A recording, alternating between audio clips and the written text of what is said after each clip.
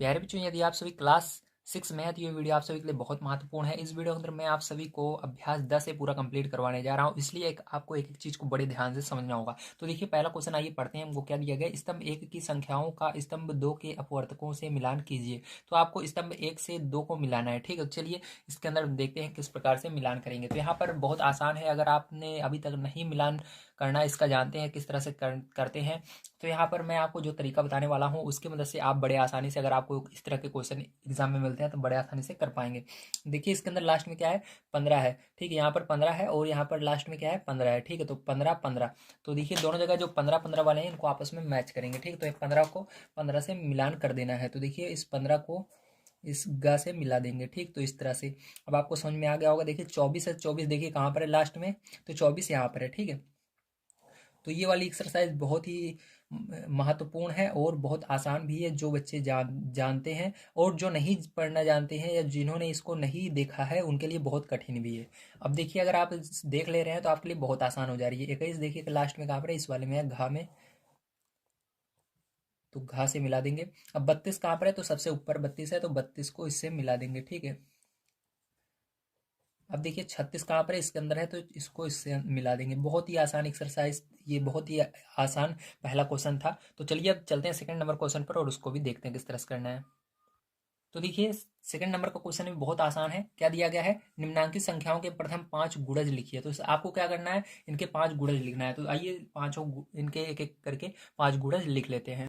तो देखिए, आपको इन सबके 5 गुणज लिखने हैं तो बहुत आसान है। आपको इसका पहाड़ा लिख देना है 5 तक। ठीक है, तो 5 बार यानी आपको 3 का पहाड़ा कितने तक पढ़ना है, इसके 5 अंकों तक पढ़ लेना है। देखिए, 3 का 3, 3 दूनी 6, 3 त्रिका 9, 3 चौक 12, 3 पचे 15, तो यही आंसर हो जाएगा। ठीक है, तो ये वाला भी बिल्कुल इसी तरह से होगा। 4 का 4, 4 दूनी 8, 4 तिहाई 12, 4 चौक 16, 4 पंचे 20। ठीक है, तो 5 बार ही पढ़ना है, आगे नहीं पढ़ना है। अब देखिए, ये वाला 5 का 5, 5 दूनी 10, 5 तिहाई 15, 5 चौक 20, पचम 25। ठीक है, ये हो गया फिनिश। अब ये वाला देखिए, 9 का 9, 9 दूनी 18, 9 त्रिक 27, 9 चौक 36, 9 पच्चीस 45। ठीक है, तो ये हो गया आपका समाप्त। ठीक है, तो चलिए पैर चौक चलते हैं इसके तीसरे नंबर क्वेश्चन पर, उसको भी सॉल्व करते हैं। तो देखिए प्यारे बच्चों, यहाँ पर तीसरा नंबर क्वेश्चन आपको क्या दिया गया, इसको किस तरह सॉल्व करेंगे ध्यान समझिएगा। दिया गया स्तंभ 1 की संख्याओं का स्तंभ 2 के साथ मिलान कर दीजिए। तो यहाँ पर क्या करना है, इसको भी आपको मैच करना है। देखिए 15 जो है ये क्या है, 15। यहाँ पर कहीं पर 15 दिख रहा है, नहीं दिख रहा है। तो यहाँ पर 15 के पहाड़े में कौन सी संख्या इसमें से आ सकती है, 30 आ सकती है। तो 15 जो है 30 का क्या होगा, अपवर्तक होगा, ध्यान रखिएगा। ठीक, तो इसको मिला देंगे। ठीक है, अब देखिए 20, तो 20 दिख रहा है, तो 20 देखिए 20 के पहाड़े में 20 आता है, इसलिए 20 20 का क्या है, अपवर्तक है। ठीक है, 16, अब देखिए 16 कहीं पर दिख रहा है, नहीं दिख रहा है। तो देखिए ये 8 जो है, 8 के पहाड़े में 16 आता है। तो अगर जिस पहाड़े में आता है वो इस साइड है, जैसे 8 के पहाड़े में 16 आता है तो उसको गुणज बोलते हैं। जैसे इधर देखिए 15 था, 15 इस साइड था लेकिन संख्या आ रही थी इस साइड, तो उसको अपवर्तक बोलते हैं। जैसे 15 के पहाड़े में 30 आएगा तो उसको अपवर्तक बोलेंगे। अगर वही 15 इस साइड होता है तो उसको क्या बोलते हैं, गुणज बोलते हैं। ठीक है, समझ गए होंगे आप। तो जैसे देखिए 8 इधर है, तो 8 पाड़े में 16 आ रहा है, तो इसको गुणज बोलेंगे। 8 का क्या है, 16 गुणज है, क्योंकि गुणा करने पर आएगा। 8 का 8 हर दूनी 16, 8 में 2 का गुणा होगा तो आएगा। ठीक, तो इसलिए गुणज बोलेंगे। 8 का गुणज क्या है, 16। ठीक है, ठीक है, तो ये हो गया। अब देखिए 25 जो है, तो 25 क्या है, 25 के पहाड़े में 50 आता है, इसलिए अपवर्तक होगा ये, इसको मैच कर देंगे। 25 दूना 50 होता है। ठीक है, अब देखिए 35 जो है, 7 का क्या है, गुणज है। ठीक है, तो 7 का गुणज क्या है, 35। ठीक है, ये इस तरह से आपको मिलान कर देना है। समझ में आ गया आपको।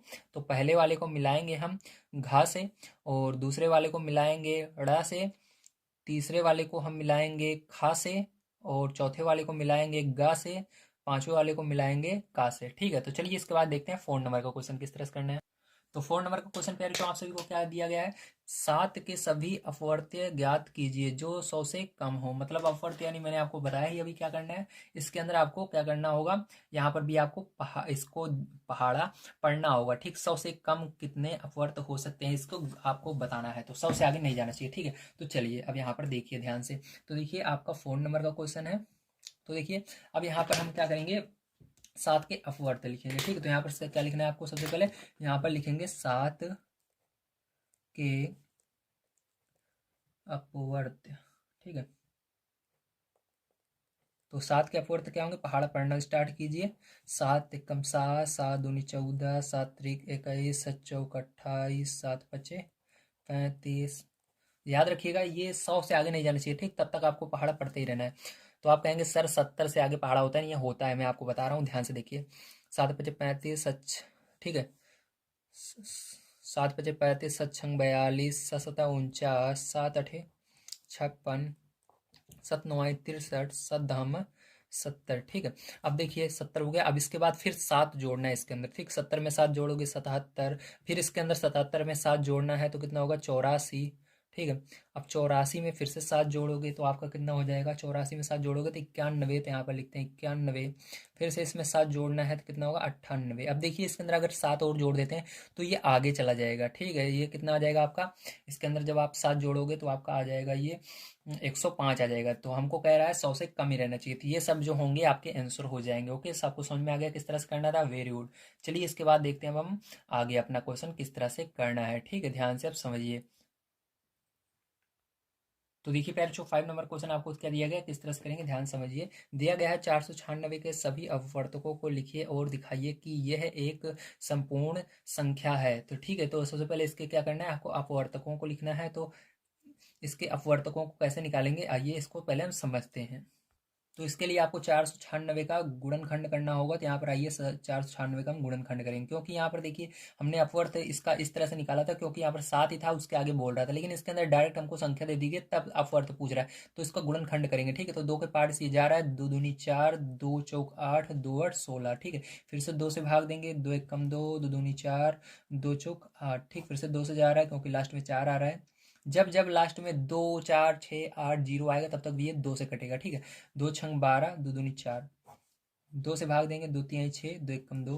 देखिए फिर जो यहाँ पर जैसा कि आप सभी देख सकते हैं, यहाँ पर 31 आया, 31 किसी पहाड़े में नहीं आता है, केवल 31 31 जो है 31 के पहाड़े में आता है, तो 31 लिख देंगे, ठीक। अब ये यहाँ पर देखिए 496 के अपवर्त क्या क्या होंगे, इस, ठीक, इसको आपको लिखना है, ठीक है। तो इसके अपवर्त, तो इसके लिए क्या करना पड़ेगा, यहाँ से आपको बनाना पड़ेगा, ठीक है। इसके अपवर्त क्या होंगे, तो पहले नंबर एक तो सबके पहाड़ी में आता है, आपको पता है, ठीक है।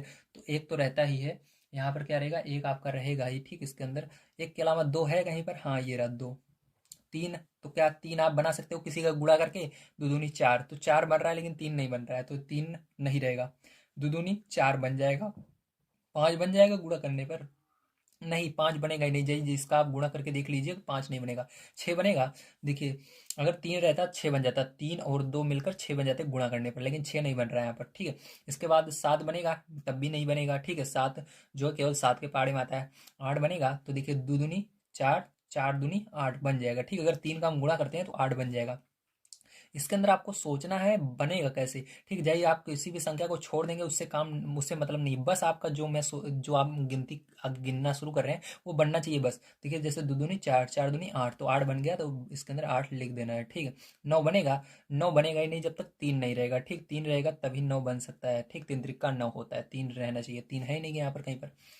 अब 9 के, अब 9 के बाद 10, तो 10 इसके अंदर बनेगा, 5 होना चाहिए 10 बनने के लिए, 5 कहीं पर भी नहीं है, ठीक। 5 दूनी 10 होता है। अब इसकी तरह से आप चेक करते जाएंगे तो आप देखेंगे, ठीक है, यहाँ पर देखेंगे अब आप कोई चीज़ बन ही नहीं रही है 8 के बाद, तो आप क्या करेंगे इसके अंदर, अब यहाँ पर हम क्या करेंगे ध्यान से देखिए। अब इसके बाद 8 के बाद 9 नहीं बनेगा, 10 नहीं बनेगा, 11 नहीं बनेगा, 12 भी नहीं बनेगा, ठीक है। अब इसके बाद 12 जो है 4 और 3 3 होना चाहिए, ठीक है। अब यहाँ पर 15 भी नहीं बनेगा, 16 बनेगा, कैसे बनेगा, यहाँ पर देखिए जब 2 दूनी 4 4 दूनी 8 8 दूनी 16, ठीक है। तो इन चारों का जब गुणा करेंगे क्या आएगा, 16 हमारा बन जाएगा, ठीक है। इसी तरह से अब देखिए इसके अंदर 16 के बाद कुछ नहीं बन रहा है, अब 31 डायरेक्ट बनेगा, ठीक है। 31 के बाद अब देखिए 31 का गुणा 2 में करोगे तो कितना बन जाएगा आपका, 31 दूना 64 बन जाएगा, ठीक है, 64 लिखेंगे। अब इसी 31 में अगर 4 का गुणा करें, कितने का गुणा करें हम, 4 का गुणा करें कितना हो जाएगा, 4 का गुणा करने पर 4 एक कम 4 और 4 तिहाई 12, तो कितना होगा 124 हो जाएगा, ठीक है।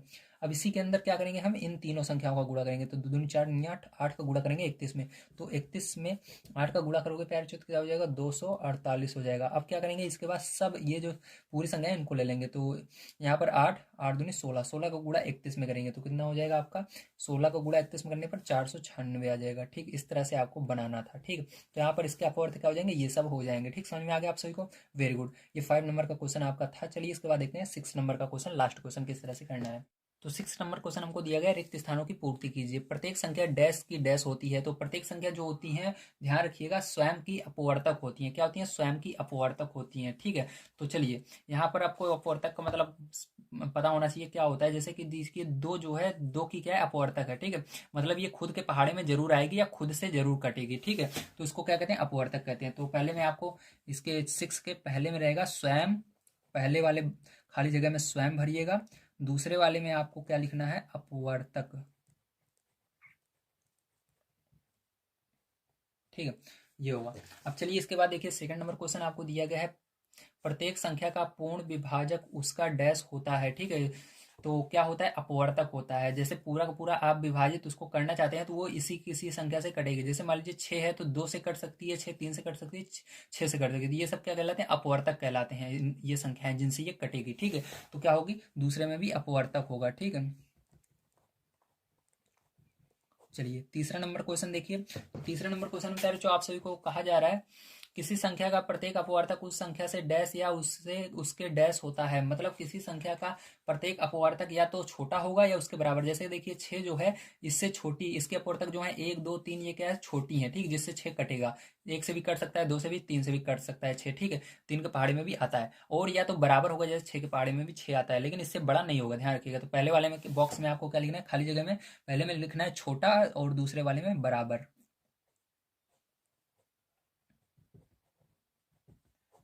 तो 4 नंबर का क्वेश्चन देखिए किस तरह से करना है, ध्यान समझिएगा। तो यहाँ पर दिया गया है, प्रत्येक संख्या अपने अपवर्तक का एक डैश होती है। ठीक है, तो प्रत्येक संख्या जो है अपने अपवर्तक का क्या होती है? अपवर्त्य होती है। मतलब या तो उस संख्या से बड़ा होगा या उसके बराबर होगा। ठीक है, अपवर्त्य का मतलब ये होता है, ध्यान समझ लीजिएगा। ठीक है, तो देखिए यहाँ पर क्या होगा? अपवर्त्य लिखना है आपको। क्या लिखना है? अपवर्त्य। 5 नंबर का क्वेश्चन देखिए, यहाँ पर क्या दिया गया आपको? 5 नंबर क्वेश्चन दिया गया, 78 के अपवर्तक हैं। तो 78 का क्या करना है आपको? फैक्टर करना है यहाँ पर। तो 78 का चलिए हम फैक्टर कर लेते हैं। यहाँ पर देखिए किस पहाड़ से जाएगा? 2 पहाड़ से जा रहा है।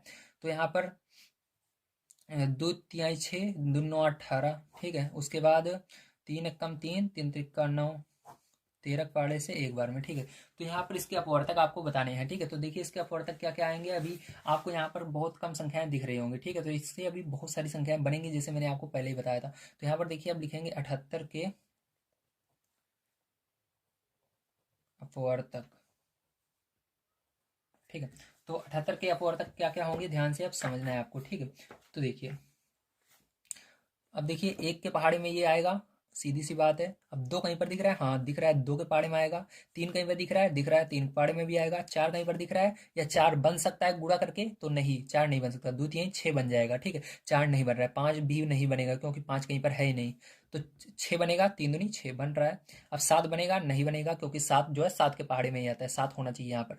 8 बनेगा, तो 8 बनने के लिए 4 होना चाहिए, और 4 दूनी 8 बनता है। ठीक है, मतलब यहाँ पर 8 नहीं बन सकता। 3 दूनी 6 बनेगा, लेकिन 8 नहीं बन सकता, तो 8 नहीं बनेगा। ठीक है, अब यहाँ पर 9 बन सकता है, तो 3 त्रिक्का 9, अगर 3 2 बार होता है तो 9 बन जाता है। ठीक है, नहीं बनेगा। अब 10 11, इसी तरह से 12, फिर 13, तो 13 है तो 13 बनेगा। ठीक है, 13 के बाद 14 15 16, ये सब कुछ नहीं बनेंगे। अब 13 का गुणा 2 में करिए। 13 दूनी, जब ये 13 लिख देते हो नीचे वाला, तो गुणा करना है बस आपको। 13 दूनी 26। अब इसी तरह से 13 तियाँ 39। ठीक है, अब आपको इन दोनों का गुणा करना है। 3 दूनी 6, और यानी 13 का भी इन दोनों पूरे संख्याओं को सबको एक साथ गुणा कर लेना है। ठीक है, जैसे 13 तियाँ 39 तियाँ 78, तो यहाँ पर लास्ट में क्या लिख देना है आपको? 78। तो इसके आंसर जो होंगे, अपवर्तक जो होंगे, इतने सारे बन जाएंगे। ठीक है, समझ में आया होगा किस तरह से मैंने किया इस क्वेश्चन को।